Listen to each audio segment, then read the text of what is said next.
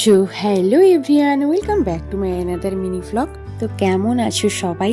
অনেক দিন পর ভিডিও নিয়ে এসেছি। তো যাই হোক, চলো আজকে কি রান্না বান্না হচ্ছে সেটাই তোমাদের সাথে শেয়ার করব। এই দেখো, হাঁড়ি ভর্তি ভাত হয়ে গেছে, আর এদিকে পটল মাছ আর বাটা মাছ পেঁয়াজ লঙ্কা দিয়ে কিন্তু ভাজা হয়েছে, আর সবজি দিয়ে টক হয়েছে জাস্ট সিম্পলি। আর এদিকে সব রকম সবজি দিয়ে, শীতের সবজি দিয়ে একটা পাঁচমেশালি তরকারি হচ্ছে, আর এটাতে কিন্তু বড়ি দিয়ে দেব।